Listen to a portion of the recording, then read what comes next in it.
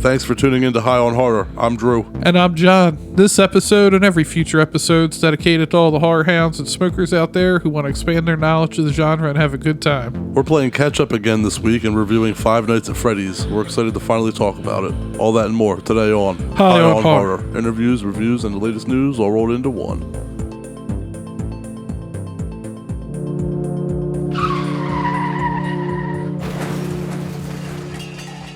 All right, you know what time it is. We like to get into the goods before we get into the goods. Before we start talking about horror and getting into all that stuff, it's time for Strain Wreck, the segment of our show where we talk about what strain we're getting wrecked on this episode.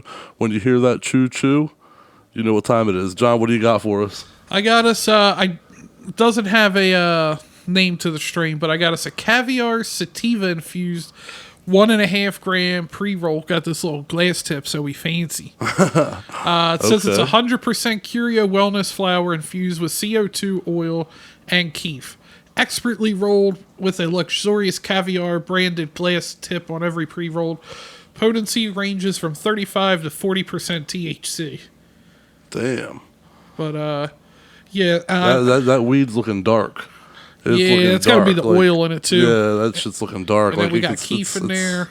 Dark purple black. It's crazy looking. According to Lucid, it was tested on June 4th of this year. So oh, damn it. It's the nice 29th. And fresh. I don't know. Today's the 29th, so that's like 25 days ago. That's the month. Yeah, and I got this. I probably bought it. Fresh. I mentioned to you about splitting this, probably like a week ago. So, yeah. so we've had it for a week. So been sitting on it for a week. They sold it pretty fresh. Where the hell is the later? Did I miss it? Did I give it to you? You brought it, did you? Oh, it's under your hand. Damn, okay. Literally right in front of me. Well, while you're sparking that up, man, I made wanted sure to bring to get this us up. a sativa so we're not napping Good. while we're recording. Good. That was very smart because you know our asses be falling asleep. All right, so while you're lighting that up, we talked about the Friday the 13th show, but we never touched up on the Halloween show that's happening. Oh, first hit. Oh, wow. Okay. I did not expect it to pull so hard or pull so easy at the beginning. That's what she said. I was good. Yep. Beat me to it. Anyway, we never touched up on the Halloween show that's coming out, dude. And we're big Halloween fans. You know, that's something that, you know, our listeners would want to hear. I wanted to discuss this. I'm looking forward to it. If Halloween Ends was the ending we deserved, then I'd be annoyed right now that they're doing another reset. Maybe it was the one we deserved. But with how things were left, I'm definitely open to someone else trying their hand at it. Miramax won the rights for Halloween, and now they plan on doing movies and a TV show. This isn't new news. We just never talked about it. And a lot of people are still unaware of this, that this is happening, so I wanted to touch base. The show, from what I've heard, is going to be Loomis evaluating young Michael when he's in Smith's Grove, like the flashback scenes we get from the TV version of Halloween. I like that idea.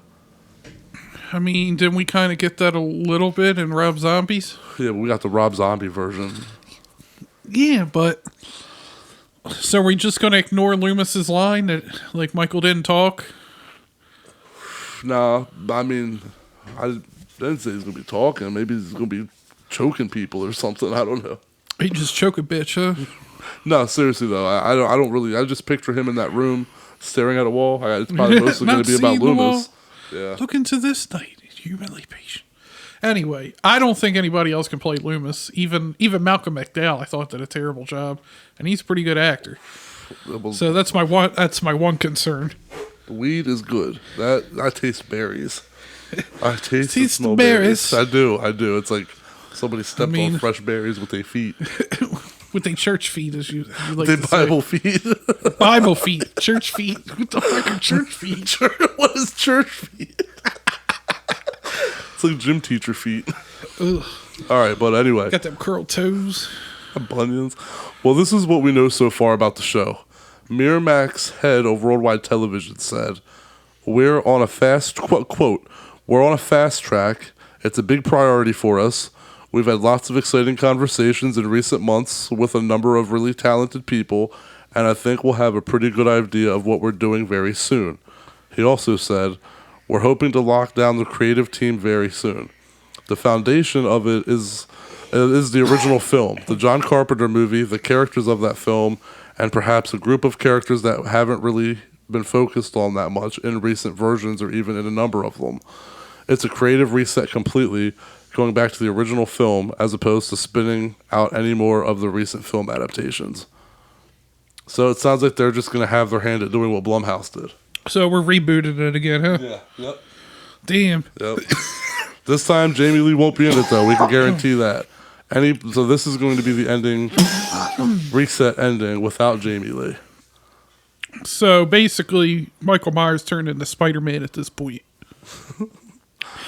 What the fuck do you mean by that? Just keeps getting rebooted. Yeah.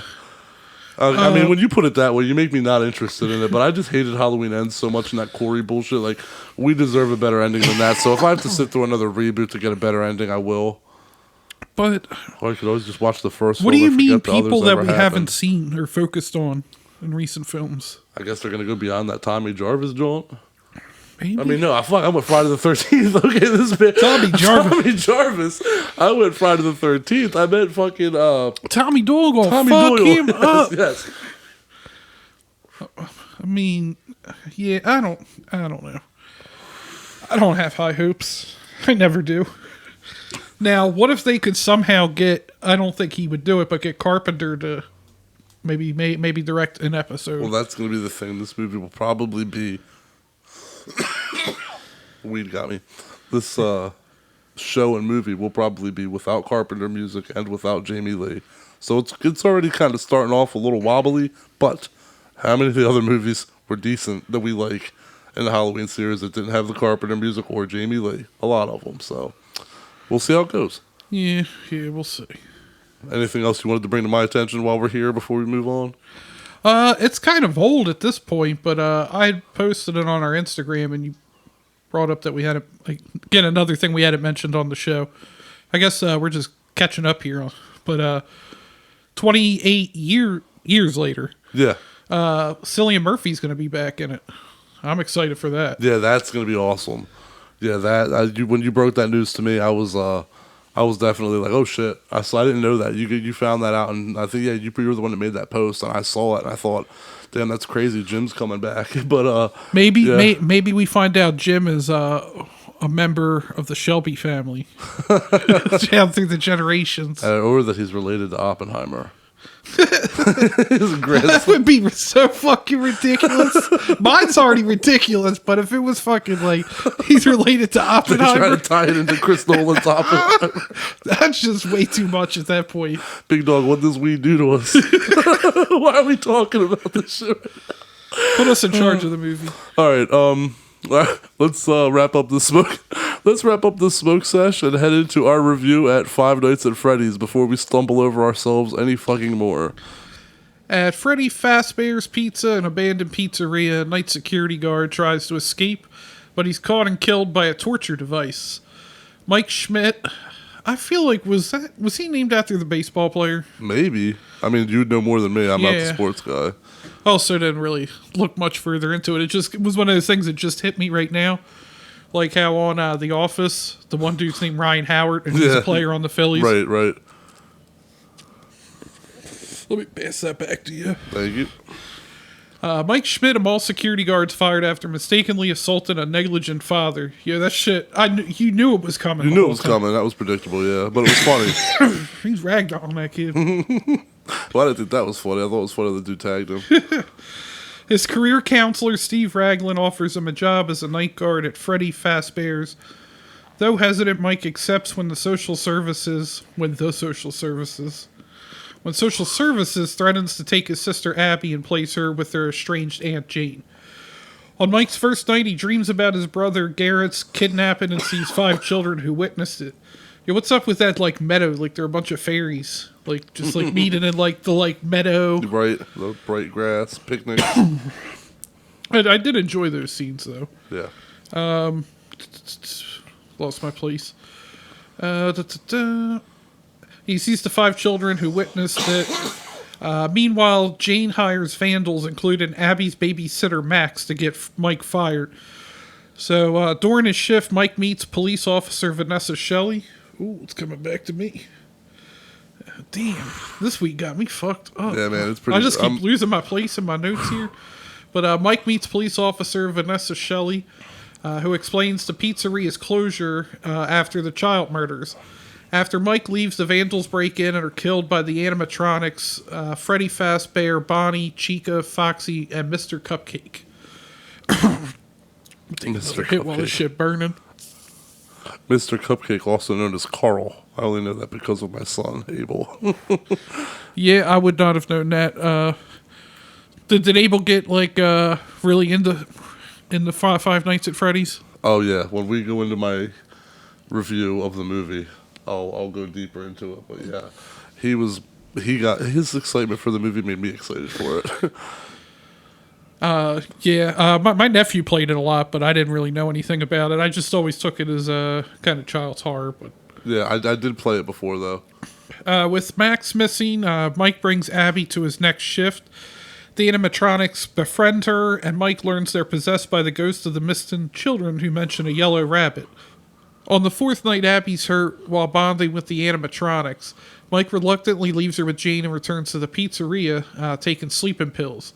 In his dream, the ghost children offer to let him stay with Garrett forever if he gives them Abby. Mike almost agrees but changes his mind, leading to an attack. He narrowly escapes the same torture devices that killed the previous guard. Yeah, that shit's nasty.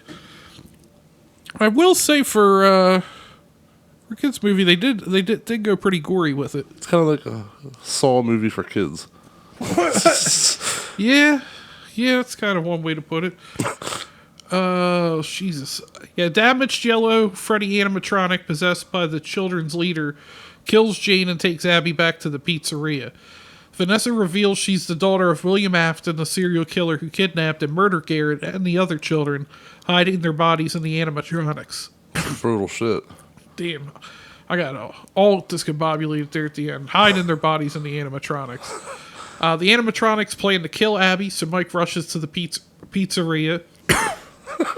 God damn, this fucking week getting me. Josh is there fucking shaking his head right now at this point. Yeah, our producer Josh Hensley is.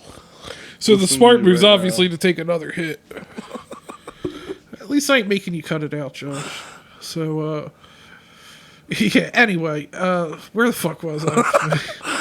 Vanessa revealed she's the daughter of William Afton, the serial killer who kidnapped and murdered Garrett and all the other children. You're fucking dying over there. You're going over. You already had this. Keep going, though. Keep going. Don't mess too far up. Keep going. Oh, man. I don't know. This might be the last time we go with an infused one.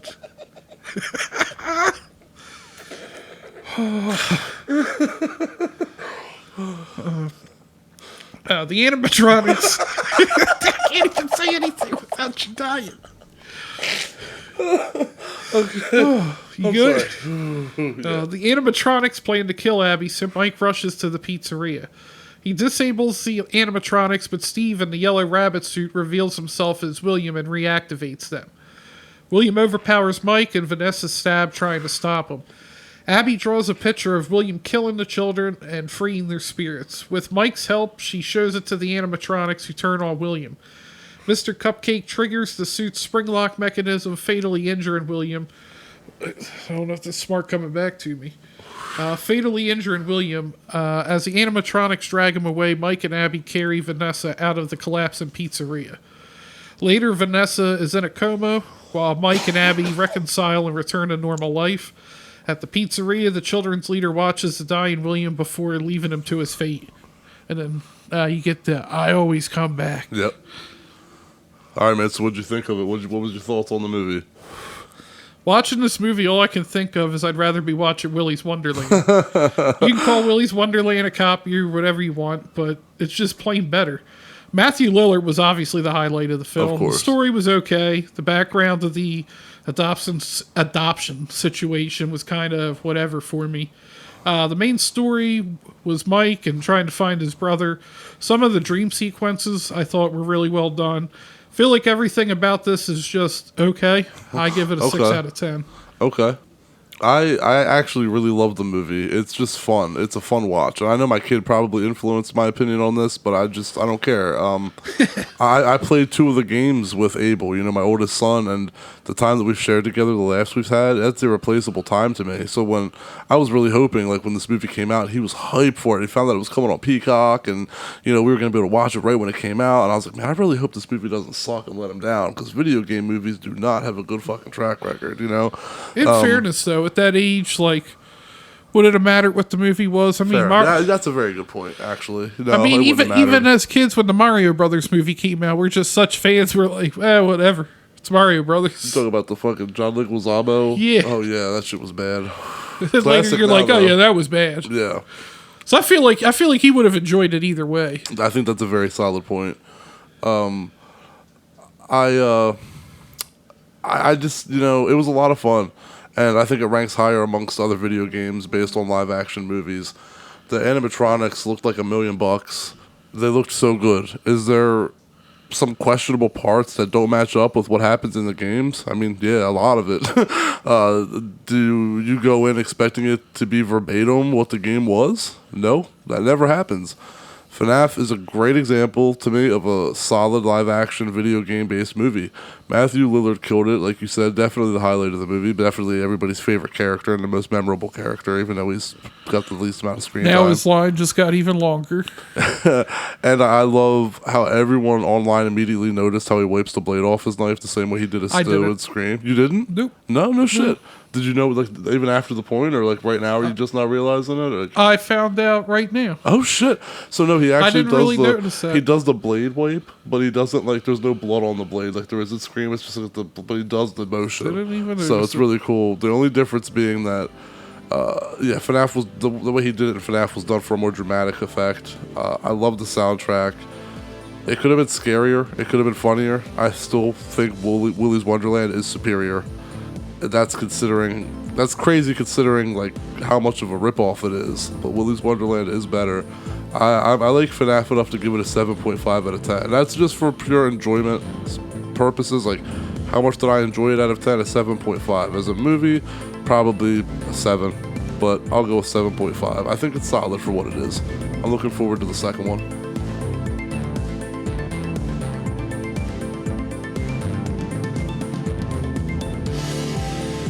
Thanks to all the horror hounds and smokers out there for tuning in. Thanks for bearing with us through this caviar pre-roll.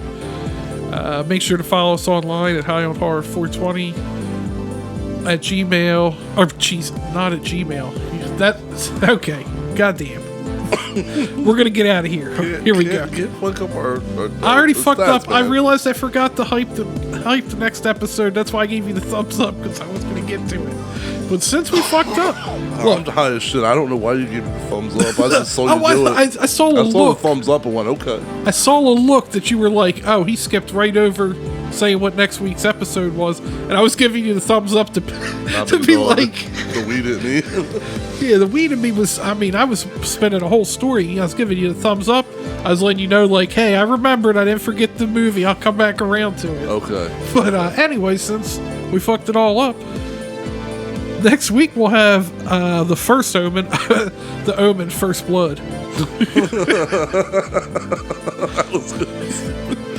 That would have been an awesome name.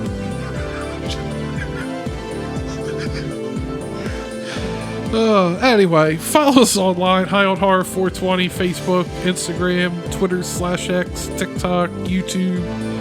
Send us PPA questions, High on Horror 420 at gmail.com. Check out our website, highonhorror.com, and guess I'll about wrap her up. Catch you later. Hit those like and subscribe buttons, please. See you all next week. Thanks for listening.